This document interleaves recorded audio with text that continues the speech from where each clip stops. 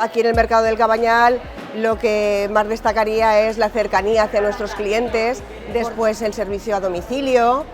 con nuestros productos de aquí de la huerta, nuestro pescado de la playa y ya te digo, sobre todo nuestro cariño hacia el público, que se lo merece.